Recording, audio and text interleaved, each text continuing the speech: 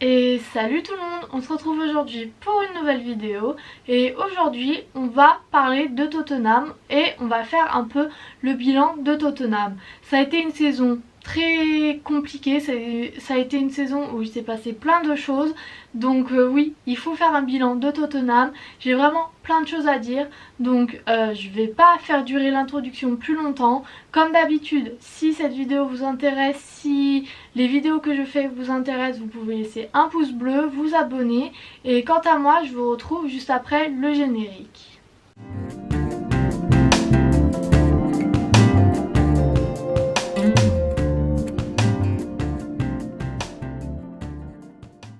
Ces derniers jours, j'ai fait le bilan de la Première Ligue et le bilan de la Ligue 1. Et comme je suis supportrice de Tottenham, j'avais aussi envie de faire une vidéo entière pour parler de la saison de Tottenham, pour faire le bilan de Tottenham. Parce que c'est vrai qu'il s'est passé beaucoup de choses en une saison à Tottenham. Et ça méritait d'en faire un bilan. Et donc pour commencer, je voulais faire un bilan un peu du classement de Tottenham. Donc Tottenham a fini 7ème avec 62 points. Et comment dire, cette place, au vu des dernières prestations qu'on fait, cette place est vraiment très bien. Parce que avant le match de dimanche, je pensais qu'on allait finir au moins 10ème, donc terminer 7ème, c'est pas si terrible que ça. On se qualifie pour la Conference League, donc on jouera une Coupe d'Europe, même si c'est vrai que j'aurais préféré jouer l'Europa League. Mais on a au moins ça, donc oui c'est pas l'idéal, on tombe quand même de haut, on était en finale de Ligue des Champions il y a 2 ans, donc oui c'est pas génial. Et j'espère que cette place au classement permettra de faire un grand ménage cet été, parce que du coup on a vraiment besoin de faire un grand ménage, mais j'en parlerai dans la suite de la vidéo. J'espère que oui, cette saison elle va permettre un peu de voir, et surtout au président d'agir pour essayer de revenir au meilleur niveau l'année prochaine. Je voulais faire aussi une grande partie sur la manière dont on joue, parce que pour moi c'est un des plus gros problèmes en ce moment à Tottenham. Le jeu en soi, le jeu offensif est pas forcément horrible. On a vu à plusieurs reprises qu'on arrivait très bien à marquer. On a vu face à Leicester qu'une fois qu'on a décidé d'attaquer bien comme il faut, on y arrive. Le problème qu'il y a et qui tire cette équipe vers le bas, c'est la défense. Encore une fois, à Leicester, les 2 pénaltys, ça vient exclusivement de la défense. Donc oui, la manière de jouer à Tottenham, on s'en plaint depuis très longtemps. Depuis que Mourinho est là, on s'en plaignait. Et c'est vrai que cette saison, en termes généraux, elle a été assez décevante en termes de jeu. Parce que c'est vrai que dans le jeu, on est loin du Tottenham qu'on avait en demi-finale de Ligue des Champions. Donc oui, pour moi c'est quelque chose aussi qu'il faudra améliorer et qui a été très décevant cette saison, parce qu'au-delà des erreurs défensives, au-delà des défenseurs qui oublient comment défendre, c'est vraiment les connexions de jeu qu'il y a. Face à Leicester, on a joué pratiquement tout le match en envoyant les ballons vers l'avant en espérant toucher Kane, sauf que Kane il peut pas être partout, c'est pas un magicien, il a besoin qu'on l'aide dans cette équipe, il a besoin qu'on crée le jeu, c'est pas en lui jetant des ballons tout le temps qu'on va marquer. Donc oui, il y a un gros manque au milieu de terrain, en défense, dans cette équipe il y a un manque à pratiquement chaque poste, ce qui fait qu'on a beaucoup de mal à jouer. Et si avec Mourinho ça marchait en début de saison, on a vu que à Tottenham en tout cas c'était pas viable sur une saison entière. Ça a duré peut-être 3 mois, de septembre à décembre on va dire, et après de janvier à la fin de saison c'était très compliqué de faire du jeu dans cette équipe. Et je me demande encore comment on a gagné certains matchs, notamment le match à Leicester. Je ne sais pas comment on a gagné ce match vraiment. Je me pose encore la question 2 jours après, je ne comprends toujours pas comment on a gagné ce match face à Leicester. En plus on a gagné sur un score assez honorable, 4-2 c'est quand même très bien. Donc oui, c'est un petit miracle ce match là, mais je trouve aussi que ça reflète le manque de jeu qu'il y a eu, parce que pendant tout le match on n'a vraiment rien fait. Dans le bilan de Tottenham il y a aussi cela, le fait qu'on a perdu totalement de notre identité de jeu. L'identité de jeu de Tottenham, c'était quelque chose dont on était plutôt fiers, et bah il reste pas beaucoup de choses de cette identité de jeu.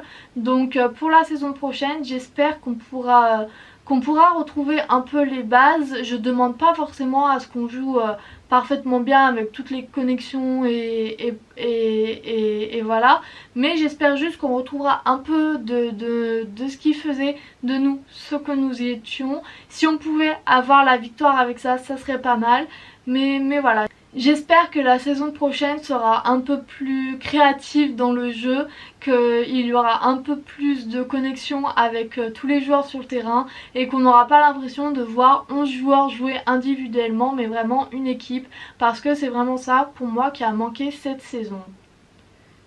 Et au-delà de ça aussi, ce qui a conduit cela, je pense, c'est le fait que la défense enchaîne les erreurs. On a vu qu'hier, encore une fois, les deux pénaltys venaient de deux erreurs très stupides de la défense.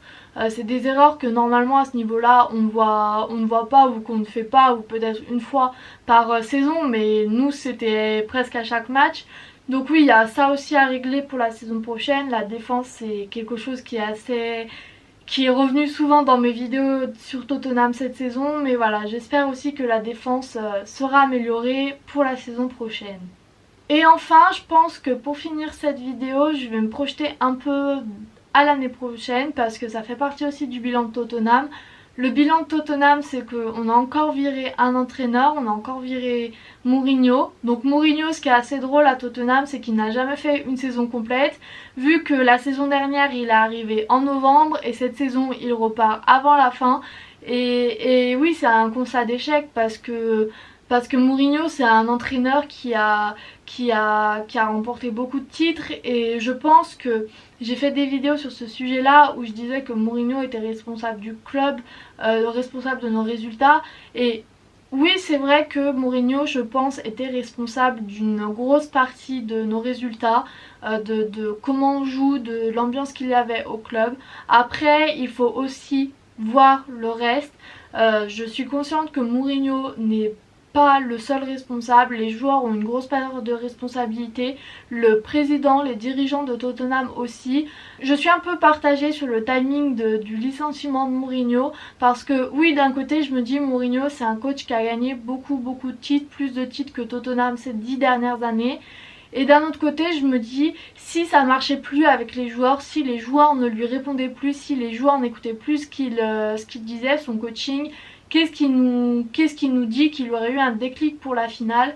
Donc voilà, je suis un peu partagée sur le timing du licenciement de Mourinho. En tout cas, ce que je remarque, c'est qu'il fallait forcément le virer, parce que même si c'était pas forcément sa faute, les joueurs ne répondaient plus à son coaching, enfin certains joueurs en tout cas, et donc oui, on pouvait pas garder un coach qui ne se fait plus écouter par ses joueurs, même si en soi c'est pas forcément complètement de sa faute. Et par rapport à ce sujet là, j'espère, et apparemment ça va être annoncé dans quelques jours, j'espère que le coach que l'on va nommer maintenant sera un bon coach. Déjà de une, qu'on se retrouve pas avec un coach qui vient de reléguer son équipe, ça serait déjà bien. Et de deux, j'espère que ce sera un coach qui pourra avoir certaines recrues cet été, qui pourra être un minimum soutenu, même si on sait que c'est pas forcément la spécialité des dirigeants. J'espère que c'est surtout un coach qu'on va nommer dans l'optique d'un projet à long terme, parce qu'à Tottenham je pense que c'est ce dont on a besoin. On parle de reconstruction. J'ai l'impression qu'on vit des reconstructions depuis des années, mais force est de constater que c'est toujours pas fini, qu'il faut toujours recruter des joueurs, qu'il faut toujours changer la mentalité du vestiaire, qu'il faut toujours changer certains joueurs. Donc oui, j'espère que le coach qu'on va nommer sera un coach nommé pour le long terme et qui apportera de belles choses à Tottenham. J'attends que ça. Voir Leicester gagner la FA Cup, ça m'a juste donné envie de la gagner en fait. Même si c'est un trophée un peu moins important que la Première Ligue ou les Coupes d'Europe, la FA Cup, voir Leicester la fêter comme si c'était une Ligue des Champions, j'ai envie de fêter ça aussi. Donc oui, j'espère que c'est cet entraîneur qui sera nommé qui pourra nous amener à ça, et voilà. Et enfin, les deux derniers points que je voulais évoquer, c'est des points qui pour moi sont liés, donc je vais les lier. Donc je voulais parler du cas d'Harry Kane, parce que encore une fois, d'après les rumeurs, Harry Kane voudrait partir de Tottenham. Donc je mets au conditionnel et je me méfie parce que les rumeurs, on sait ce qu'elles valent. Je pense que oui, on est tous conscients que Harry Kane veut quitter Tottenham dans une certaine mesure, parce qu'il l'a dit, il voulait gagner des trophées et à Tottenham on n'en prend pas du tout le chemin. Donc je peux comprendre qu'il ait envie de partir. Après, est-ce que c'est réalisable? Et c'est là où ça rejoint mon deuxième point.